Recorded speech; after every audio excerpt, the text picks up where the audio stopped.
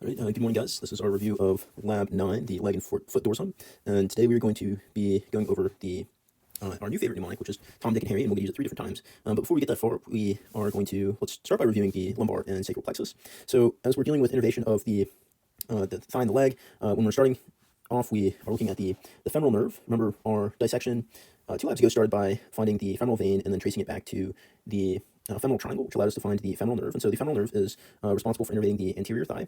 And then the obturator nerve is the medial thigh. And so both of those come from the lumbar plexus, L2 to L3, and different branches of that. It's worth being able to draw that out, but there's not too much to that. Then we have the sacral plexus, which is going to come in more handy as we go through these labs. We have the sciatic nerve in particular today is important, as the sciatic nerve is going to branch off and branch off to give us the common fibular nerve, which will then branch off to give us the superficial fibular nerve, which is going to innervate the lateral leg compartment, and then it also branches to give us the deep fibular nerve, which is going to be the anterior leg and the foot dorsum as well.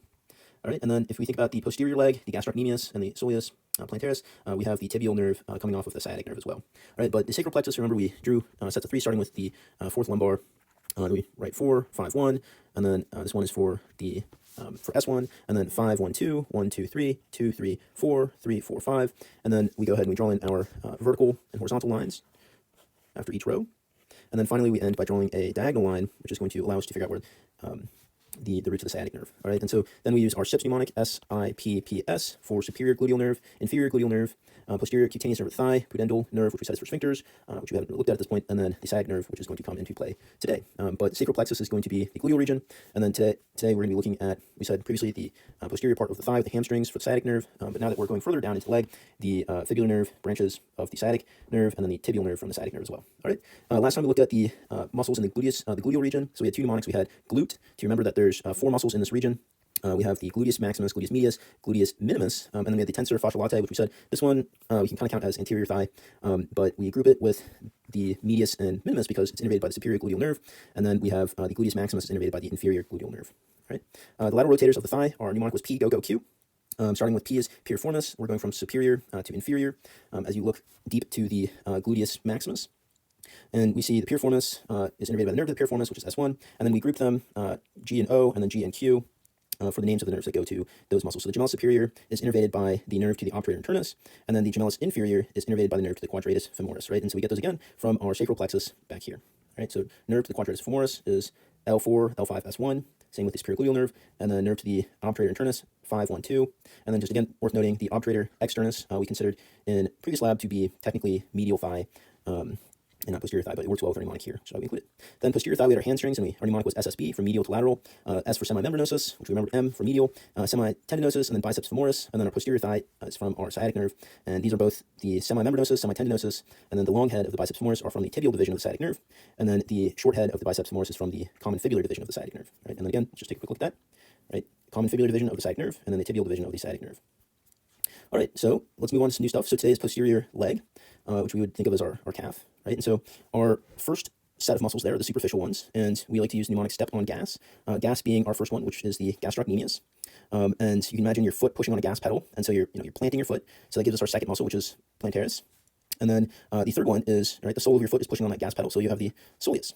Right? All 3 of their insertions are on the calcaneus through the Achilles, and their action is that plantar flexion of the foot going downwards, the sole of the foot moving downwards. All right, then we have our deep posterior compartment, which we're very excited about because this is our first use of Tom, Dick, and Harry. As we'll see, we have for the posterior compartment of the leg, Tom, Dick, and Harry, this is the deep posterior, so deep to the soleus. Tom is for tibialis posterior, and we think of this as the most popular muscle in the body because it has 7 insertions on the bones of the foot. And then Dick is for flexor digitorum longus. And then we have Harry for flexor hallucis longus, right? And so, you can, if you compare the hands, right? So this is our hand and our forearm, so hand and forearm, and then you compare that to our leg, and we're talking about the muscles here.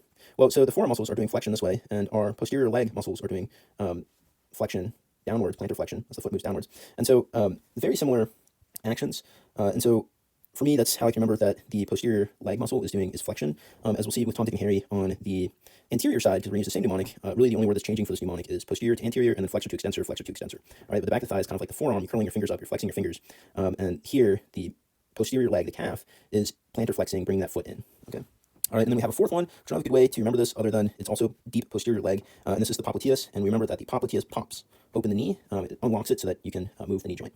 All right, and then all of these are the tibial nerve, which comes again from the sciatic nerve overall. All right, and then we go back to this and we're like, wasn't the femoral nerve like a really important one? We found the femoral vein, we traced it to the femoral triangle, so the femoral nerve seemed like it was a really important one, but the femoral nerve terminates cutaneously, as we'll see in a little bit, but it's the sciatic nerve here that's going to do the hard work of innervating leg and below. All right, so we're at the tibial division of the sciatic nerve. That was posterior leg. Let's just take a quick look. And so we have our posterior leg. We're starting with the gastrocnemius. So again, step on the gastrocnemius. We have the medial head, the lateral head. Let me go ahead and hide those so we can look deeper. So step on gas. We're planting our foot. So we have the plantaris muscle. And then deep to that, we have the sole of our foot is pressing on that gas pedal. So we have the soleus muscle. All right, and then let's go ahead and hide those, and we'll see even deeper to those. But we can see that all of them are inserting into the tuberosity of the calcaneus through the Achilles tendon. All right, so I'm going to hide that. All right, and then we have Tom, Dick, and Harry. All right, and again, Tom, Dick, and Harry. Tibialis posterior, flexor digitorum longus, flexor hallucis longus, and then the popliteus overall. So let's start with the popliteus. This is going to be our guy who pops open the knee, popliteus. Then we have our, let's see if I click. Tibialis posterior, this is Tom. Then we have, let's find Dick. Dick is our flexor digitorum longus. All right, so most medial, Dick is most medial. Tibialis posterior, Dick is medial, and then Harry is our flexor hallucis longus. All right, so not too bad. Let's take a look at the anterior thigh now. All right, so anterior thigh, anterior leg and posterior leg. Deep posterior leg is Tom, Dick, and Harry. Anterior leg is also Tom, Dick, and Harry. And as we said, we're dealing with anterior, tibialis anterior versus tibialis posterior, right? So it's not that, it's just, kind of good news that it's so similar. You just have to remember Tom, Dick, and Harry, and we'll see that with the tarsal tunnel as well. Tom, Dick, and very nervous Harry for knowing the tarsal tunnel, which is the medial side of the leg. So here Tom is tibialis anterior, Dick is extensor, right? This is the front of the leg, and so this would go back to our, hand, right? So if we're thinking of our hands, and we're trying to orient it like we would our foot, you have if this is the back, and this is your palm right here, and you're resting your hand on a table, right? If you're going to extend your fingers upwards, these muscles on the back of your forearm, the posterior part of your forearm, are the extensors, and so, our leg is just kind of flipped, right? So this is the sole, and so the front part of your leg are going to be the extensors. And so for here, we have our extensor digitorum longus, our extensor hallucis longus for Tom, Dick, and Harry. Previously, we had flexor digitorum longus, flexor hallucis longus, right? But, if you're ever sort of trying to figure it out, I guess you can think about, pulling your toes upwards maybe, and you can feel, palpate your leg as you're doing this, but, just lift your toes and like, okay, my toes are coming upwards, I'm extending my toes, and that could help as well. All right, but this is deep fibular nerve, and previously we had the tibial nerve for posterior compartment, lateral compartment. Unfortunately, we don't have a great way of memorizing this other than lateral compartment, just palpate your leg, and you're like, okay, well, on the lateral side of my leg, I have the fibula, and so there I have the fibularis longus and the fibularis brevis, and both those do foot-ankle eversion, right? And so that's like turning the sole of your foot outwards, right? And you can remember it as eversion, fibbing is evil, all right? The lateral compartment, superficial fibular nerve, anterior compartment, deep fibular nerve, and then our final one, fibularis tertius is written, I have it written here, it looks like it's under lateral compartment. This is actually anterior leg, and we remember that, I wrote it here because it inserts along the fibularis, or the fibula, but we consider tertius, sounds like traitorous, so we know it's really anterior compartment. So this one should be written up here, but fibularis due to its insertion. All right, so let's just take a quick look at those. And so we have Tom, Dick, and Harry on our anterior side, and then lateral, we have our fibularis longus and brevis. All right, so anterior side, we start most medially, and we have our tibialis anterior, right? And so this is just adjacent to the tibia. All right, so Tom, and then Dick is right next to it, extensor digitorum longus, and then behind it is our friend Harry, extensor hallucis longus. All right, and then we can leave this tiny one down here. We have our fibularis tertius muscle, anterior compartment, and then we go to lateral compartment. We have our fibularis longus and our fibularis brevis right next to it. All right, and you can see that those are coming underneath the lateral medialis right here, overall, and attaching to the tubercle of the pinky toe, which we said that when you roll your ankle in eversion, typically this tendon will, if it's really bad, it can break off that chunk of bone right there. All right, so let's move on, because it's taking quite a while. Now we have a foot dorsum. Again, there's not a great way of memorizing this other than just knowing what they are. We have extensor digitorum brevis and extensor hallucis brevis. Remember, hallucis is describing the big toe. Right, so hallucis is big toe, extensor digitorum brevis, and extensor hallucis brevis is deep fibular nerve. And so we think deep fibular nerve is anterior leg and foot dorsum, and right, those are right next to each other, anterior part of the leg and the foot right next to each other. So let's just take a quick look at those. But deep fibular nerve, all right, we can already see them right here. We see our extensor hallucis brevis, and you can see that's attaching to the big toe. And then we have the extensor digitorum brevis. Right, not too bad.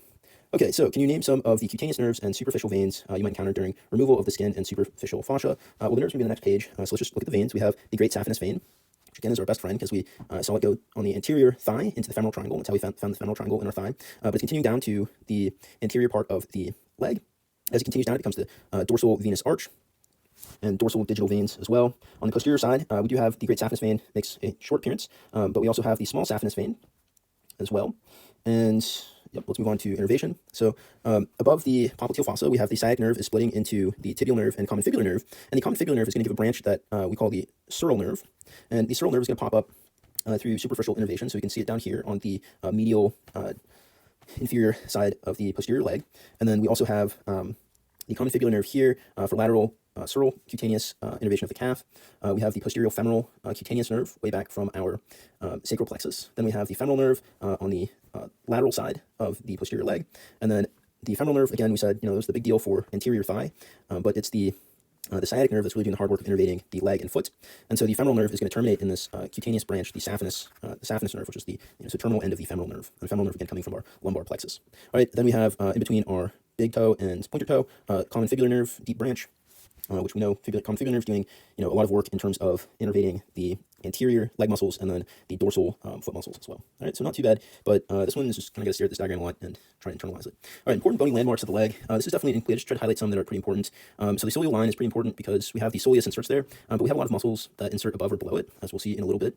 Gerdy's tubercle on the tibia is the insertion of the IT tract, which remember is what the gluteus maximus inserts into. Then we have the tibial tuberosity right here, which remember the patella ligament inserts into, and remember that the quads of the anterior thigh insert into the patella, and then the patellar ligament inserts into the tibial tuberosity here.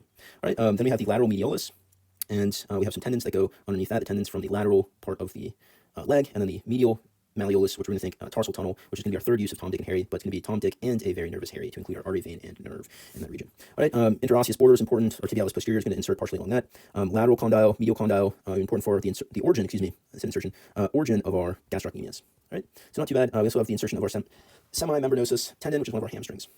All right, so I think that based on what we've seen so far, this particular diagram is going to be, and this one is going to be an exam question. So knowing the parts of the cross-section of the leg, such as we have the anterior compartment, lateral compartment, posterior compartment, and then knowing what innervates them will sort of allow you to determine what nerve you're dealing with. So the lateral compartment is our fibularis longus and brevis, and that's going to be superficial fibular nerve. Our anterior compartment is our deep fibular nerve, which we can see here. And then our posterior compartment is our tibial nerve, which we can see here. And remember, posterior has deep and superficial muscles. And so deep is Tom, Dick, and Harry. Anterior, remember, is Tom, Dick, and Harry plus the popliteus. And then lateral, we have our two muscles.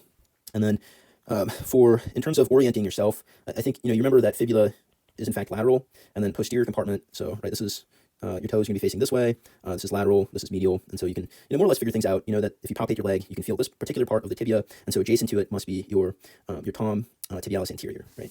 All right, so not too bad. But, this particular image is what we're going to see on the exam. And so being able to, or an image like this, right? I think they're trying to hint here is going to be on the exam.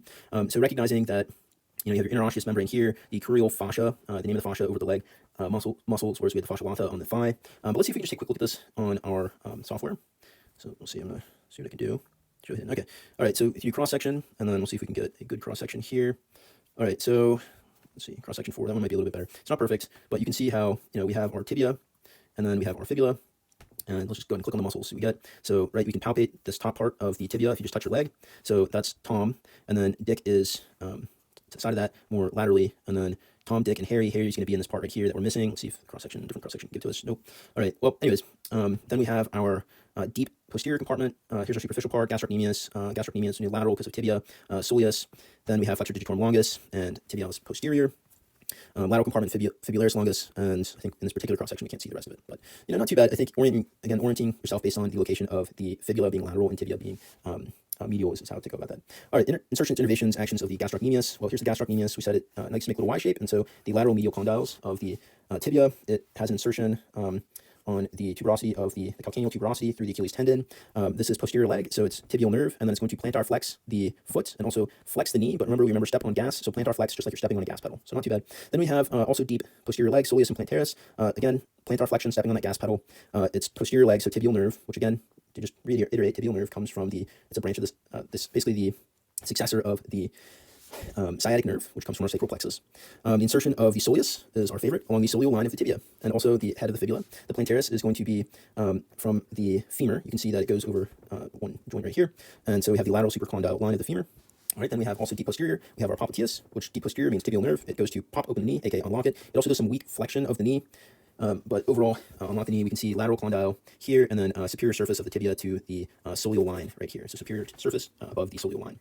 All right, so then what other deep muscles? So soleus and plantar, so same deep. This is superficial posterior thigh.